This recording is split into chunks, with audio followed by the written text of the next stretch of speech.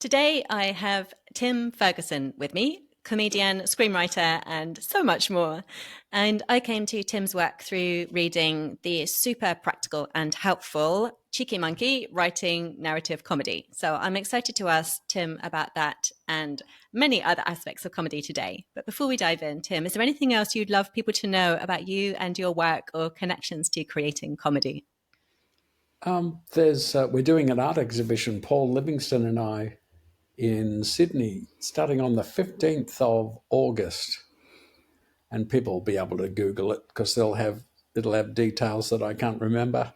But it's a very fancy art gallery with some not so fancy art, but you know, some Paul's done some very, very intricate paintings, and so yeah, we're looking forward to that as the next nightmare. Yeah. And have you always painted, or is this something that's new to you, or I comparatively new in haven't your painted career? so much. Yeah, I've done a lot of drawing, cartoony sort of stuff, but I've got Mm. no skill. But it's like if you play guitar for long enough, eventually you can fake it. And so I fake art. So my art looks like art, but it's not actually art. Oh, that's such a funny thing to say. But why have you drawn it into your career now? Because you've done so many things and you've got so many options. Why art? Why visual Well, I art? just figured, you're never busy enough, and there's nothing like having, uh, an art exhibition because it's a very long play. It's like writing not a Mm. feature because that takes longer, but it's like writing a 1 hour drama. It goes on and on. So no matter what you're doing, there's always something you should be doing. So Yeah. makes you feel guilty and busy at the same time. Oh, true. Always a good combination, that guilt busy Oh yeah. combination. Amazing. And have you always wanted to be involved in comedy? Because as I've been researching you online, you've done so many things. Was that Um, always the plan for you, or what God no. happened? I mean, No. these days, 8 year olds will say to me, I want to be a comedian. That Mm. did not exist when I was a kid. In fact, being a comedian, I remember when I told somebody in, where was it, Sydney, where I said, yeah, so I'm a comedian. He said, oh, God, I thought everything was going to work out for you. Which is like, Oh, that's the kind of thing actors say. Actors, they yeah. take their ignorance to a greater level. But at that time, it was the 80s and nobody wanted to be a comedian. That was what actors did if they failed. It's just some of us ended up with beach houses and some of us didn't. And it's the being in comedy that was the difference. But no, I never Mm. wanted to be. I just started busking with a couple of guys, and the next thing you know, we took it on the road and we took it to Edinburgh, and yeah, it became the rest of our lives. And was that your comedy trio? Yeah, yeah. Doug Anthony All Stars, Paul McDermott, Richard Fidler, Yeah. and I. We then reformed in 2013. Richard's way too busy and important and way too serious to hang around comedians because he's got a great ABC radio show. So our friend Paul Livingston, who played Flacco, who's the one who's doing the art exhibition, piped up and said, I can play guitar. And it turns out he's a concert guitarist. So he Mm. definitely was hired. And yeah, we had a great time touring with Amazing. getting the band back together. God help us. Yeah. Amazing. I'm sure you've got lots of colorful stories from those days. And Colourful. I wanted to ask you, I wanted to ask you from the book, you've got some really lovely insights into sort of the primal nature of comedy and why we laugh, which is always a question that's intrigued me. And I think about because on the one hand, I can be a very serious person, but I also like imagining like a time without laughter seems like it would just be tough. It would make life so much tougher. So I often think about like why we laugh and in what situations. But I'd love to know how you think about that now for us humans, because you had some amazing insights into the book in the book. Well, they're all stolen insights from scientists and people who've Yeah. written theories and theses or thesi, whatever you call them. There's a great Oh, Japanese yeah.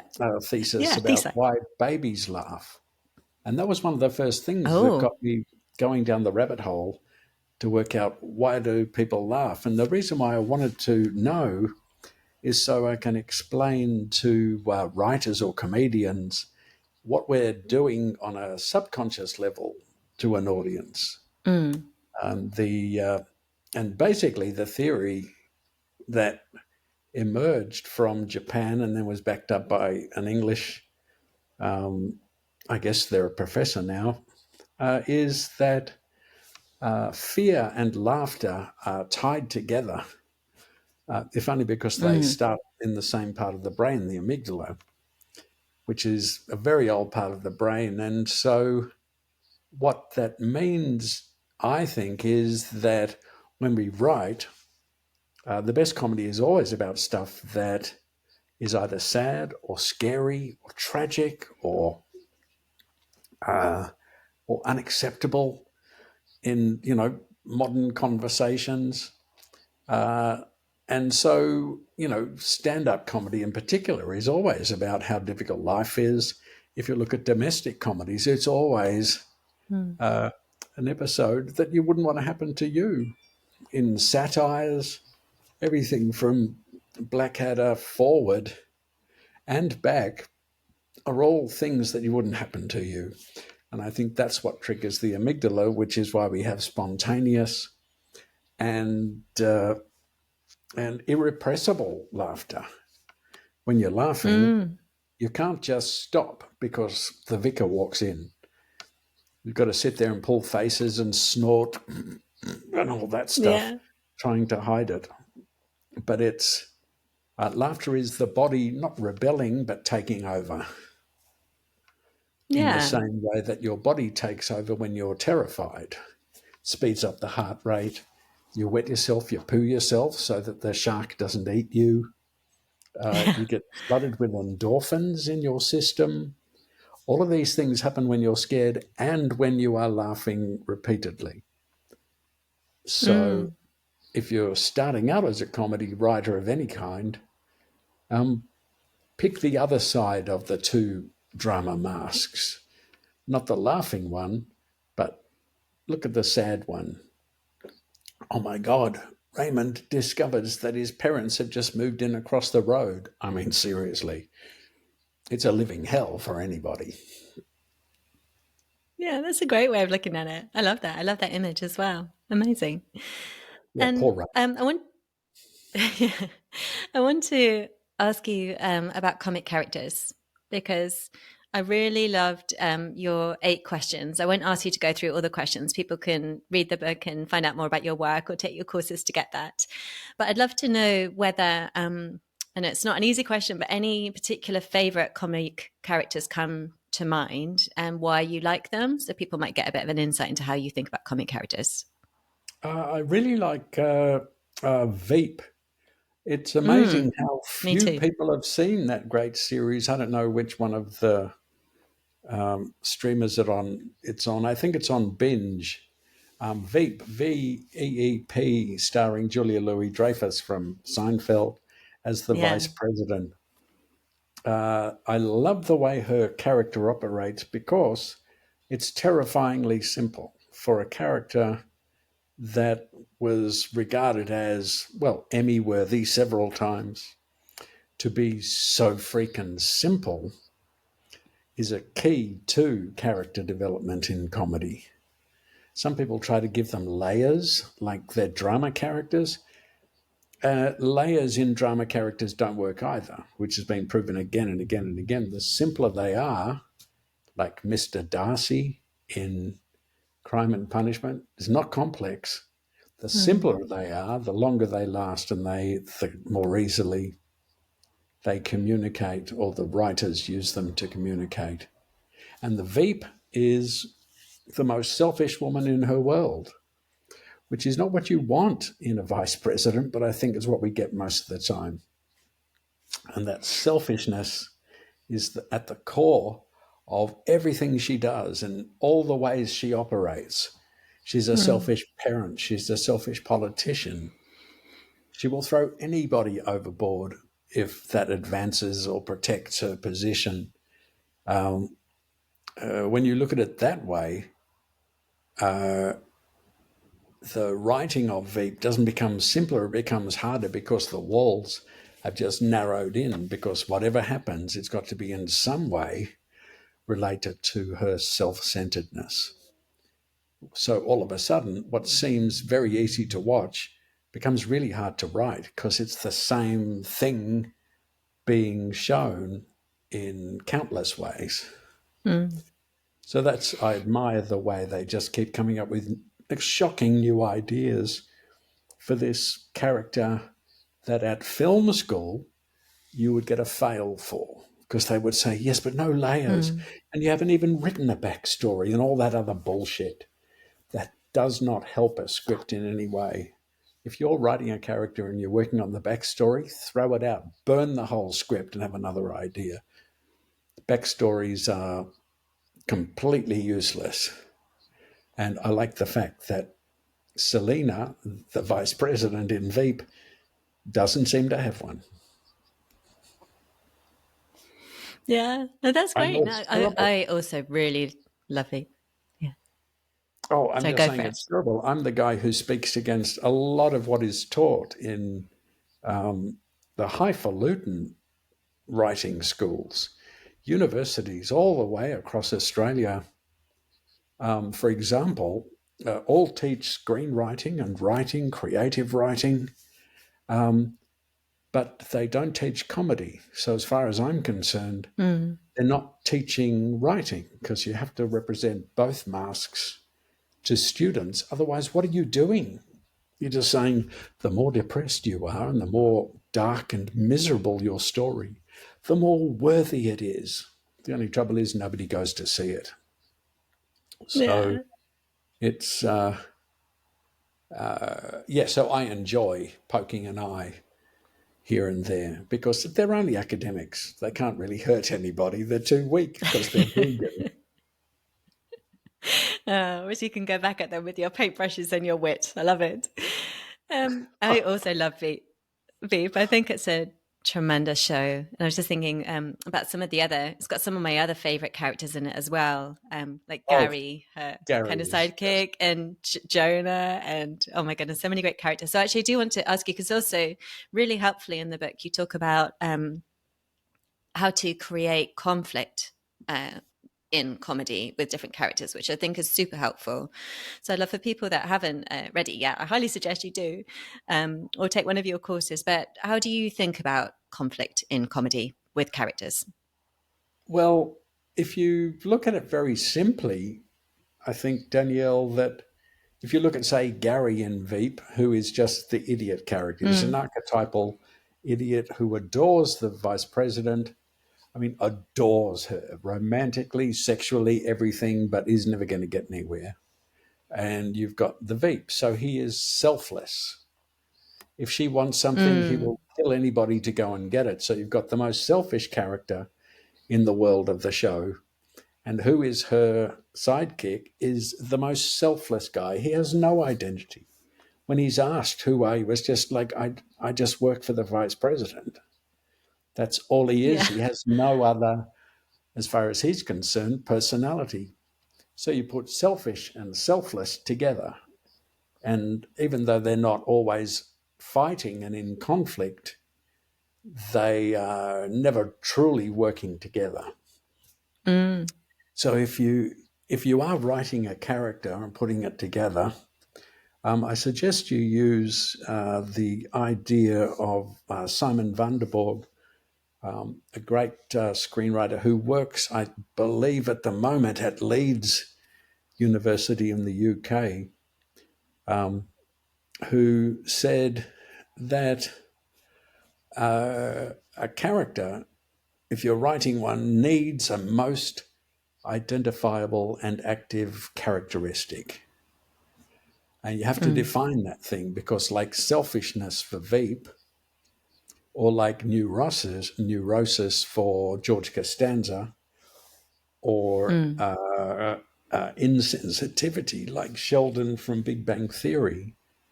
They are this above all other things. And they may have other qualities. They can be sniping and jealous or, whatever it might be. But at the heart of them, like Homer Simpson and laziness, that's where you start. And it's from that adjective or just that short phrase, which might be, a know-it-all. From there, then you can build things that directly conflict with that quality. And it doesn't have to be as simple as selfish and selflessness. It can be selfish and incompetent, because they're never going to get along. And of course, Mike in Veep is the media guy, and he's completely incompetent. So if you're writing it, do that. If you've already written it, then go back and ask yourself the simple question: what is this main character's and all the characters' most active and identifiable quality? And if you can't name it, or if it's 10 different things, the character is shit and it has to be thrown in the bin. Oh my God, did he say that again? God, no wonder they only let him talk at big universities. Oh, no, but that's great. Active and identifiable is a really good shorthand for it. And particularly like the act, well, both are useful. But again, the active then immediately, like you say, I'm thinking, oh, what does she do when she's being really selfish with her daughter? What does she? So yeah, it propels us into action too. Love that. And Yeah, I'd also and love to it's ask you about, yeah, go for it. oh no, it's Oh, everywhere. If yeah, a show is successful, or a movie is successful, or a play is successful, it's because of that simple principle. great. Perfect. I love that. And you've got so many brilliant pieces of wisdom. One of them that I underlined in the book was the best situations challenge a character's true nature, which I thought was a really elegant way of explaining where a lot of the comedy comes from when we get to really think about what that challenge is and what their true nature is. What are some situations that you've really enjoyed writing in your own work? Or if you'd rather, you can talk about ones that you enjoy in other people. It's your choice. Um, so it's easier for people to know what I'm talking about. I mean, I hate all of the situations I put my characters in. They don't deserve to be treated like that. But one Oh, I use in teaching is talking about the Golden Girls, which is, uh, it's not even in my opinion. I think everybody agrees the best sitcom ever written. If you haven't seen it, it's because you're living underground or because you're so young and stupid you're irrelevant. So I'm not interested. But look it up, the Golden Girls. But in terms of that idea, there's one called Rose, who is effectively the baby of the family. She's a classic idiot. So she misinterprets things, has no ability to lie. She doesn't understand it. Has a couple of joke types like malapropisms, gets words wrong. It's like, no, I said, castigation, get it together, whatever it is. But she's the baby of the family. There's an episode, I think in series 3, called Old Friends, where her teddy bear is effectively stolen. Now, this is an older woman. You would think losing a teddy bear is like, oh, damn it, it had a lot of sentimental value. But no, for Rose, this is basically her partner. When she's feeling sad, she talks to Fernando the bear, and now the bear is stolen and she's shattered. At the other end of the story is the oldest of the 4 Golden Girls, Sophia, and she's got a very thick emotional skin. She's effectively an archetypal father of the family, in the sense that, she's very gruff. She doesn't have patience for, people talking emotionally. She doesn't sugarcoat anything, but she falls in love. So how do you hurt the baby character? You take their teddy bear. How do you hurt the thick-skinned, masculine acting, tough old lady, you make her fall in love.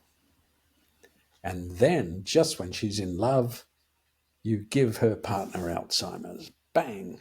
This all happens in half an Mm. hour with ad breaks.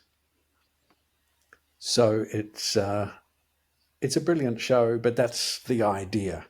You hit the character where it hurts them most. Otherwise, it's like, oh no, I might be, I might be Homer Simpson, but I've just got a bit of a toothache. It's not going to work. Better to have Marge say, that's it, I'm leaving. And then all of a sudden, hit him where he hurts. Yeah, that makes so much sense and so well explained. And you've got Yes, it such was, like wasn't it? I explained that really well. I'm you beginning to did. understand it. Yeah. No, I think you're great at explaining things and really cutting through stuff to sort of highlight what really matters. So I'd love to Well, know, that particularly because you skill, mentioned like, all those, sorry, Danielle, that came it's from like, being a narrative comedy teacher involves a lot of arguing ah, with mm, narrative drama writers, particularly in mm, Australia, where none of them know anything about comedy, so they never put it in their dark dramas. And yeah. so I've learned how to boil things down so even a screenwriter can understand it. It's that stupid. Yeah, no, I get you. And you mentioned, for example, the disagreeing with the kind of layers, and actually for comedy needing, like you say, that identifiable, actionable needs to be simple. Are there any other pieces of advice that infuriate you and that you think just don't work for comedy that you rail against or feel like you need to correct people on?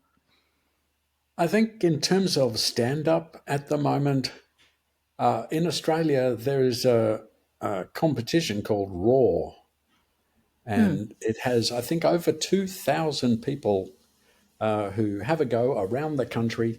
They get up, they do 5 minutes on whatever it is, and then they're judged by, I don't know, failed radio stars or God knows who would get together to judge comedians. I mean, you've either got to be an alcoholic or, somebody with nothing to do. But they do these 5 minutes, and what's happened is for the 15 years I think Raw's been running, every year there are over 2,000 people doing the same thing, which is a 5 minute routine. Comedy is not built on 5 minutes. Usually, the best 5 minutes come out of an hour that's been mm, written. So it's changed the culture. I'm not sure what will be the ongoing ramifications, but the immediate thing is you see a lot of 5 minute routines where people talk about their own identity. So it will be, well, speaking as a middle class man, speaking as an Asian Australian woman, speaking as a mother, speaking because they've been told what you tell 3 year olds, which is write about yourself, write what you know. And that is mm, not the beginning of comedy. The beginning of comedy is write mm, about something that pisses you off, write about something that mm, scares you, write about something that isn't just a juxtaposition of your ethnicity or sexual identity or your gender or whatever the hell it is that's you. It's better to go on stage and ignore who you are and talk mm, about stuff that's really going to surprise the audience, which is, well, whatever it is. What do they think about the no voters for the Aboriginal voice in Parliament that's up for a vote in the referendum? mm, Tell me about that. Or if it doesn't have to be political, tell me something generally personal or something just so it's not the same thing all the time. And of course, the routines only go for 5 minutes. And even if people win Raw, it's very hard for them to write the next 5 minutes because a lot of the jokes that they've used are their old and favourite jokes that they've made about themselves, their family, or some juxtaposition for years. So Nobody's telling them how to write. I'll see how it all works out. And, always good ones are like fart bubbles, they rise faster. Mm. But in the meantime, there's now a lot of white noise for comedians. And the white noise is people saying, I might just give it a go. I'm going to give it a Mm. go. When? October. Okay. What is it now? January. But I'm going to give it a go. And that's that's using comedy as if it's a self-help exercise, and that's fine too. But it makes it very hard for someone who wants to build a serious career. But Mm. for that, I am writing a book to be published by Currency Press, which tells people how to write stand-up comedy, Mm. whether it's polemic comedy, topical comedy, personal comedy, oh my mother, oh my dad, oh my wife, whatever it might be. There are different schools of comedy, but I've broken it down so that even though it's not encyclopedic, that tells you every funny thing you can say, but uh, I've tried to give people a new bunch of tools when they look at a topic. So they might go, wait a second, forget juxtapositions. How about I confirm or negate the idea? How can I turn it into a paradox? Is there a song in this? Does it rhyme? I know. What if I find a pamphlet about it and I use the pamphlet on stage, reading from the pamphlet, and then undoing it in front of the audience? There are dozens of things new or older comics can do that will just change gears for them. And, in Yeah. comedy, it's not like when you're an author and you write a book and someone doesn't like it, you never hear about it. In comedy, Mm. you hear about it straight away. So I'm Yeah. trying to help people as much as possible. And so when they do Raw, they're doing something different, or they emerge from Raw and say, having won that, talking about being from a Chinese family living in Melbourne, actually, I might try one of these tricks. I've got a pamphlet here Mm. that I picked up Yeah. from the Chinese embassy. And so let's go through what China and Australia are up to. And then Mm. a different kind of comedy can happen. But Yeah. I know a lot of comedians will never buy it because they think they know everything as they're standing in the queue at Centrelink. But if they really want to get serious, they have to do comedy every night of the week. I met a couple of comedians who said, "Oh no, we can't come to your party. Why? Oh, because we did a show the night before and another one the night before that." If you can't operate while you're exhausted, what are you doing in the arts? Right. Oh my goodness. Yeah. This I is the feel you sort on of that stuff one. that teachers shouldn't say this to students, but I tell them, Yeah. if they want to be a screenwriter, they can't just do it in the evenings while they're doing another job. You know, it's all the time. You've got to be working on it in some way or doing other things that inform it somehow. Otherwise, you certainly won't get a feature written. But And yeah. I'd love to. So it should be fun. Fingers crossed that someone will read it. I don't care if they buy it, but I hope they read it. Yeah, I'm sure they will. And how did you find your way into being able to really sort of master screenwriting and structure and all the things that come from that, from where you started? Well, a lot of it's just working with great people. So Mm. a dear friend of mine, Mark Gracie, is a movie producer, but he started as a promoter for the Doug Anthony All Stars in 1989. And since then, we've done stuff. We've made TV shows and, clip shows. Oh my God, on commercial television. Watch out for those because you can't kill them. Once it starts, they want another series. Mm. And then we moved into feature. Mark's made a lot of comedy features. And so it's relationships like that can be more inspiring than just having an idea. Sometimes it's fun Mm. just to talk to Mark and just say, "So, what do you think?" And he'll say, "I don't know. Have you got anything?" And then cook it up together. Uh, so it's more than just sitting in a quiet room staring at the wall, praying to have an idea. Relationships are Yeah. very important in in these things, particularly in comedy, because it never hurts to have someone there next to you to say, "No, it is funny," Mm. because sometimes your own Yeah. No, opinion that isn't that enough. yeah, I get that. And what does cooking up together look like when it comes to the sort of writing? So that I'm sure there's so many different stages. Everyone's got their own process, but like I can imagine, I haven't worked with a co-writer. I've worked in theatre collaboratively, but writing, Nice. I've had a little bit of experience in a writing room, but not collaborators in the way that you have. So I can imagine sort of the idea generation stage and bouncing things around, but when it comes to actually trying to figure out the structure of it or the script or really drill down, how do you like to work? And it might be different with different people. Yeah. I found I wrote a feature with Edwina Exton, the Spin Out movie, which was fun. It was cars going in circles and young people trying to kill Mm. each other as they're falling in love.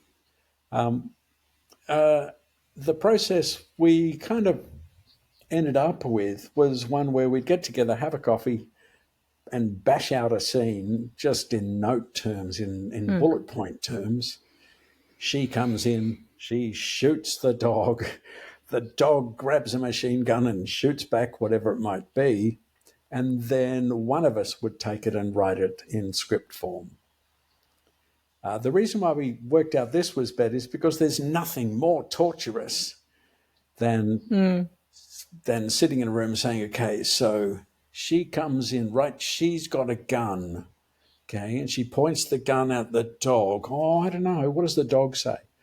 The dog says, then you're there for 3 hours, whereas a person by themselves can knock it out much faster and then bring it back, and you've got something in black and white to argue over, as opposed to the dog says this. No, it doesn't. It says that. This is funnier. No, it isn't. This is. You'd be there all year. Apart Yeah. from that, the only other rule is if you argue about it for more than 5 minutes, whatever it is, you cut it. Cutting is I the like that. great end to all arguments. And you just come up with something else. I mean, we're supposed to be creative. It's like, well, that was the good idea. Oh, well, suppose we give it up then. Better to just come up with a new idea if you can't agree. But outside of That's so that, pragmatic. Yeah.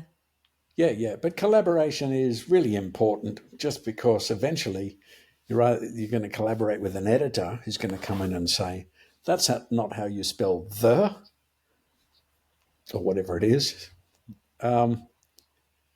Or you collaborate with the audience as you quietly sneak out of the cinema that's totally silent while your funny movie plays. Yeah. I love that. Hell. Yeah, no, I could, oh, what a thought. And Once I the, was, you Danielle, mentioned, go for it. one other thing about collaborating with comedy is that unlike drama, you tend to find it much easier to cut major characters, which we did this week. We had to get one of my favorite characters, and she was wonderful. She was a greenie who doesn't like greenies. And if you've met greenies, you can What's a see, greenie? No. oh, they're like those Oh, crazy is that hippies like who an want to stop. environmentalist or? Yeah, they want to Uh, swim with whales and, they won't eat okay. bacon and whatever Yeah. it is.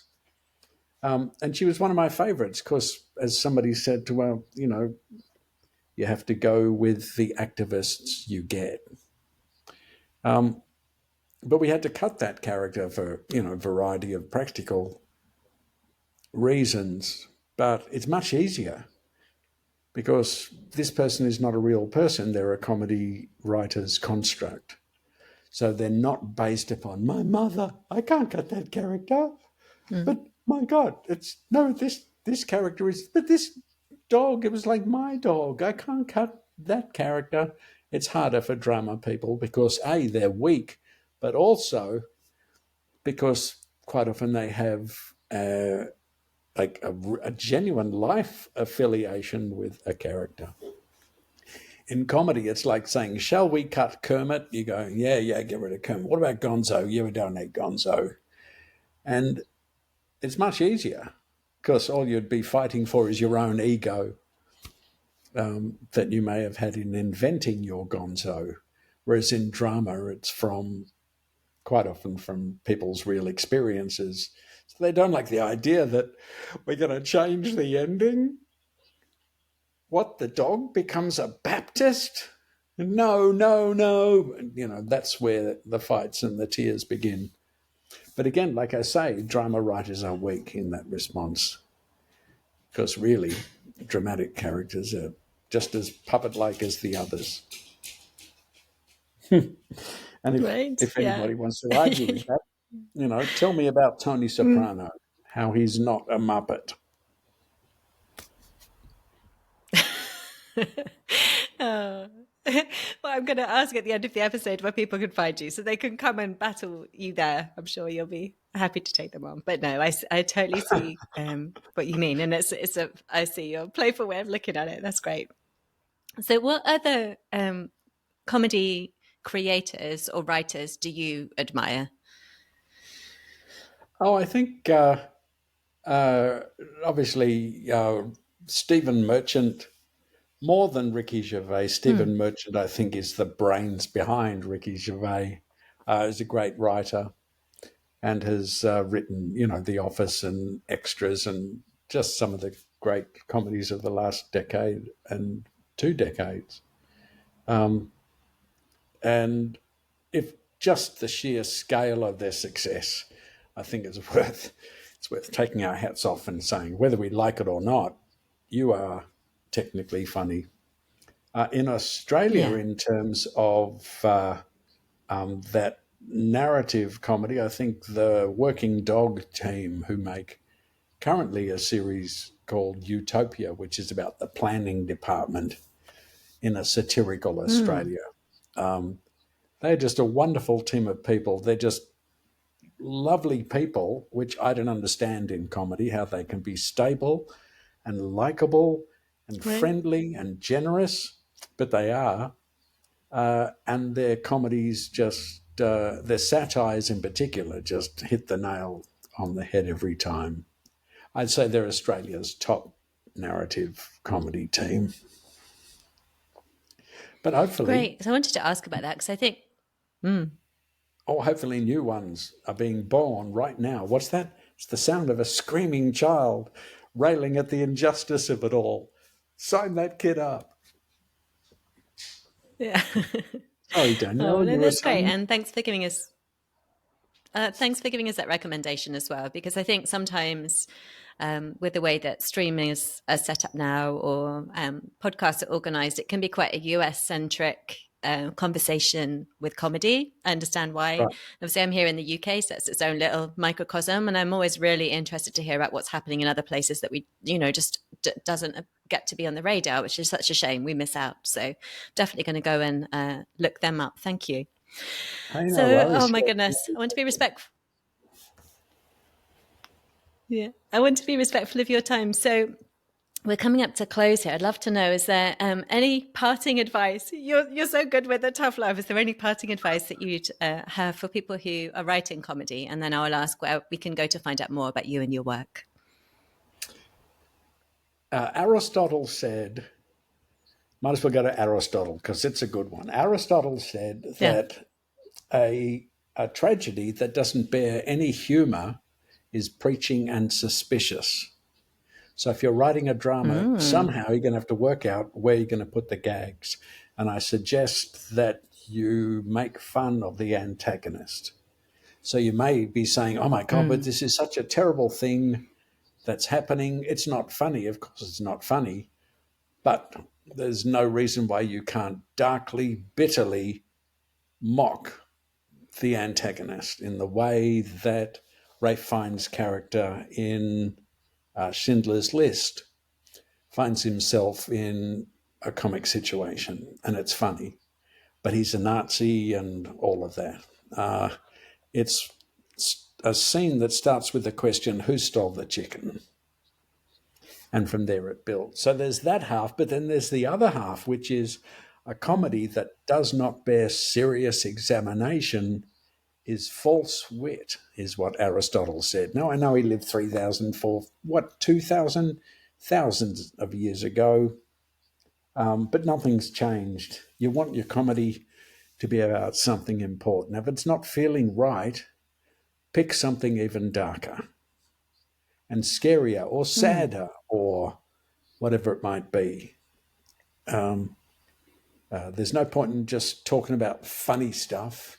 The number of scripts I read, which is two guys sitting in a cafe saying really funny stuff, is like, it's great, but I want a piano to fall on one of them, preferably, the blonde one. So, yeah, it's if you're writing drama, you need comedy, and if you're writing comedy, lean towards the crying mask. Because anybody can talk about, oh man, those skinny aisles in Selfridges. Doesn't change the world, doesn't change anybody's opinion. So, or you might just, start with Brexit and try to argue the opposite. Brexit has worked out really well, and see how far you get. Yeah. Hopefully, Dover.